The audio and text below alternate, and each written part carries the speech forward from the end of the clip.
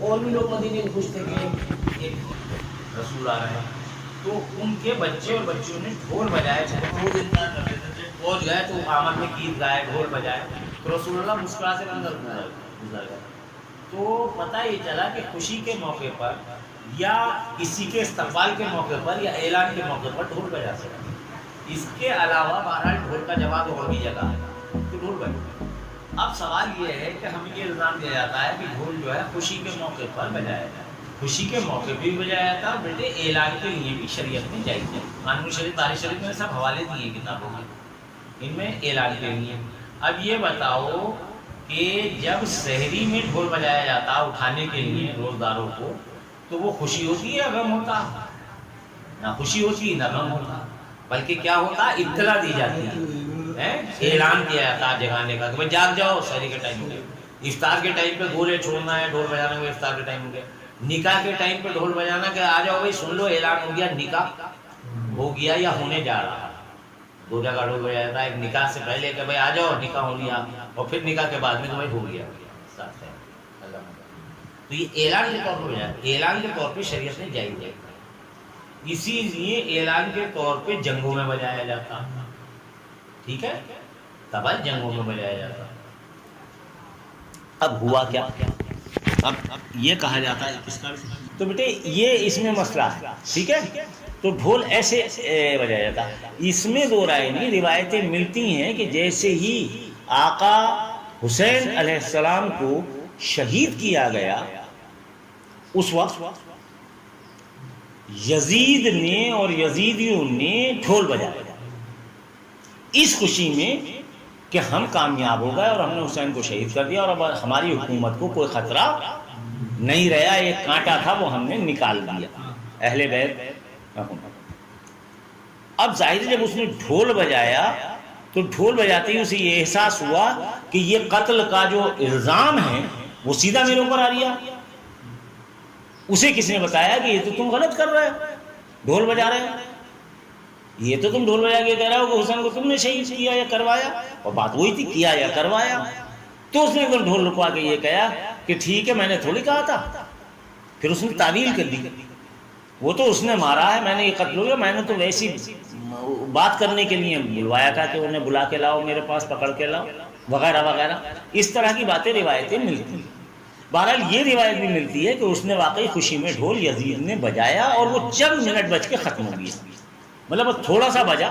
10 minute 5 minute 20 minute جو بھی بجا ہو اس وقت، اللہ بہتر جانے، واللہ عالم بالصواب، ہمیں کوئی تحقیق سے یہ بات نہیں کہہ سکتے، ہاں لیکن روایتوں میں ملتا ہے کہ ڈھول بجا، اور پھر بند بھی کرا دیا اس نے۔ پھر بات کو اس نے مکروہ طور پر ایک مکروہ فریب کر کر اس نے یہ بھی پھیلایا میں نے نہیں، بہانے کیے، میرا مقصد یہ نہیں تھا، اور اس نے جو ذلیل حرکتیں تھیں کسی کو مانا کسی کو نہیں مانا، تو یہ تاریخ تو گڑبڑ ہو گئی، وہ بجی ہے، اس میں دو رائے نہیں۔ اب یہ کہا جاتا ہے، اور یہ اکثر میں نے بھی سنا ہے، اس پہ فیس بک میں بتا رہے ہیں کہ صاحب وہ جو ہے بتاؤ کہ تمہارے گھر میں کوئی انتقال کرے گا تو تم ڈھول بجاؤ گے، تمہارے بیٹے سمجھ میں آئی نہیں، تمہارے ہاں کوئی بچہ انتقال کرے گا تو کیا تم ڈھول بجاؤ گے، کیا تمہارے ہاں کوئی بوڑھا مرے گا تو ڈھول وغیرہ وغیرہ، یہ اس طرح کی باتیں کر کے، یعنی یہ جو ہے مرنے پر ڈھول نہیں بجایا جاتا، ٹھیک ہے، نہیں ہے، یہ ان کا ایک جواز آتا، اور ڈھول یزید نے بجایا تھا، تو ظاہر ہے کہ یہ غم کا موقع ہے اور اس پہ ڈھول نہیں بجانا چاہیے۔ آ گئی سمجھ بات نہیں آ گئی؟ اب اس کا ظاہر ہے انما الاعمال بالنیات، یہ دار و مدار نیت پہ ہوتا۔ تعزیے دار جو ڈھول بجاتے ہیں تو وہ ڈھول اعلان کا بجاتے ہیں کہ یزید سن لے، تجھے تو وقتی خوشی ملی تھی، تو ایک دن تو نے ڈھول بجایا اور ختم ہو گیا، حسین ہمارے اور حسین کا نام اور حسین کا دین، حسین کے نانا کا دین، حسین کی عظمتیں کل بھی زندہ تھی، قیامت تک زندہ رہیں گی، یہ ڈھول ان کے نام کا ہم ہمیشہ بجائیں گے، ان کا اعلان کرتے رہیں گے ان کی عظمتوں کا۔ اور اگر تو یہ سمجھتا ہے کہ حسین مردہ ہو گئے تو حسین ہمارے لیے زندہ ہے، ان کا مشن زندہ ہے، حسینی زندہ ہے اور زندہ رہیں گے، ان کا نام لیتے رہیں گے، یہ مقصد ہے، ٹھیک ہے، اعلان ہے یہ، اور یہ خوشی ہے۔ بات سمجھ میں آ رہی نہیں؟ کیا خوشی ہے کہ ہمارا ایمان دین کے اوپر قربان ہو گیا، اور دین کے اوپر قربان ہونے کے بعد اس نے نانا کے دین کو بچا لیا، اللہ اور رسول کے دین کو بچا لیا۔ تبھی تو خواجہ غریب نواز کہتی دین ہست حسین دی پناہ ہست حسین ہے، دین بھی حسین ہے، دین پناہ ہست حسین ہے۔ پھر ایک محمد علی جوہر کا غالباً شعر ہے، قتل حسین اصل میں میری عزیز ہے، اسلام زندہ ہوتا ہے ہر کربلا کے بعد۔ تو یہ اسلام کا ڈھول بجتا ہے، یہ اسلام کی خوشی میں ڈھول بجتا ہے کہ ہمارا اسلام زندہ ہے، زندہ رہے گا۔ حسین نے قربانی اسلام کے لیے دی ہے، ان کا نام زندہ رہے گا، وہ زندہ رہیں گے۔ اور ہمارے لیے تو وہ یعنی حسین علیہ السلام کل بھی جنت کے مالک تھے، آج بھی جنت کے مالک ہیں، جنت کے سردار ہیں۔ لہذا وہ بالکل جس طرح سے ہم نانا کا یقین کرتے ہیں وہ حیات النبی ہیں، آج بھی ایسے ہی موجود ہیں۔ تو جب ہم ان لوگوں کو یہ مانتے ہی نہیں کہ مردہ ہوگا، اہل بیت، حد تو یہ ہے کہ ہمارا تو ماننا یہ ہے، کم وقتوں تم سوچو کہ تم یہ کہتے ہو اولیاء اللہ اپنی قبروں میں زندہ ہیں، تم نہیں کہتے، قرآن کہتا ہے کہ انہیں مردہ گمان بھی مت کرو، جو میری راہ میں شہید ہوئے، جو میری راہ میں قربان ہوئے،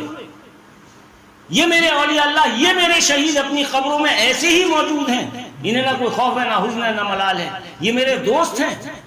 یہ اپنی قبروں میں ایسے ہی زندہ ہیں، اور تم شعور نہیں رکھتے، اس میں ذرا سا بھی شک مت کر لینا کہ یہ زندہ نہیں ہے۔ تو ہمارے حسین زندہ ہے، ہمارے حسین، بلکہ ہمارا ہر مومن زندہ ہے جو ایمان پہ مرا ہے، ان نے ذائقہ چکھا ہے موت کا۔ کم وقتوں تم اتنی موٹی موٹی باتیں، ایک طرف تو یہ کہتے ہو اولیاء اللہ اپنے مزار میں زندہ ہیں، اولیاء اللہ کے سردار ہیں امام حسین، ان کو تم مردہ کہنے لگے۔ ارے کم وقت وہ کل بھی زندہ تھے، آج بھی زندہ ہیں۔ بات سمجھا بیٹے،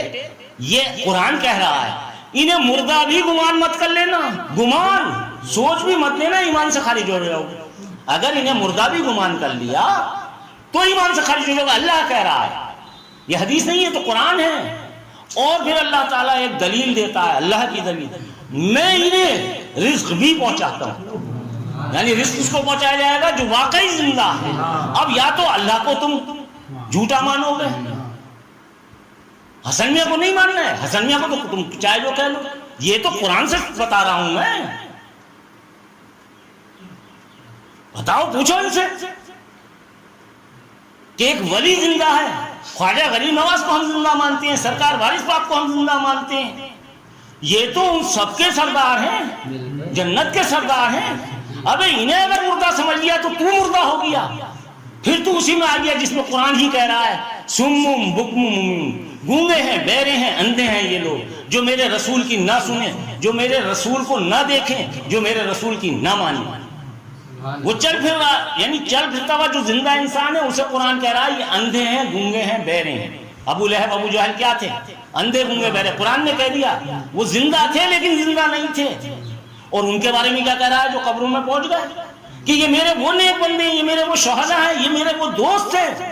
کہ یہ ہمیشہ زندہ رہیں گے، اور میں انہیں قبر میں شک بھی مت کر لینا، میں انہیں رزق پہنچاتا ہوں، وہ روحانی رزق۔ اب یہ حسنیہ تھوڑی کہہ رہے ہیں بیٹے، ان کم وقتوں نے، ایسے موذیوں نے، یہ 2 پیسے کے لوگ جو ہیں الٹے سیدھے کام کر کے 2 چورن مار کا کتابیں پڑھ کے جو تمہیں سبق دے رہے ہیں، یہ گمراہ کر رہے ہیں، یہ قرآن کی خلاف ورزی کر رہے ہیں۔ ہماری لڑائی تو قرآن پر ہے، حدیث پر ہے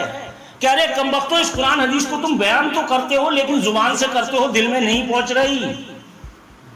ارے کسی ولی کو تم مردہ نہیں کہہ سکتے ورنہ تمہارا ایمان خارج ہو جائے گا، اللہ کہہ رہا ہے نہ مردہ۔ اور شہداء کے بارے میں تو بالکل صاف طور پہ بتا دیا یہ میری راہ میں شہید ہے، نہ مردہ گمان مت کر لینا۔ اور شہادت حسین معمولی شہادت نہیں ہے، اتنی بڑی شہادت ہے کہ ہر انسان رسول پر قربان ہوا، شہید ہوا اسلام کے لیے، آگے بھی پیچھے بھی۔ اور جب وہ شہید ہوا تو اللہ نے اس کا یہ مرتبہ بیان کیا، اور جسے خود اللہ اپنی طرف سے شہید کہہ رہا کہ یہ شہید ہوں گے، یعنی شہید ہونے کی پہلے سے چرچا ہے۔ اسی لیے تو میں کہتا ہوں سید الشہداء، تمام سردار تو ہیں ہی آپ، کیونکہ سردار تو امیر حمزہ بھی ہیں۔ رسول اللہ نے فرمایا، میں یہ کہتا ہوں جب اللہ نے فرمایا اللہ اکبر جس کی شان میں ہم کہتے ہیں وہ اللہ اکبر کی شان والا کہتا ہے یہ حسین میری طرف سے شہید ہے، میں انہیں شہادت کا درجہ پیدا ہوتے ہی دے رہا ہوں۔ جس کا اعلان ہی پیدا ہوتے شہادت کا ہو گیا تو یہ شہادت عظمیٰ ہو گئی، یہ شہادت کبریٰ ہو گئی۔ اور اسی لیے ہم کہتے ہیں کہ اگر وہ مالک ہمارا اللہ اکبر ہے تو حسین علیہ السلام ہمارے شہید اکبر، وہ اللہ اکبر، امام حسین شہید اکبر۔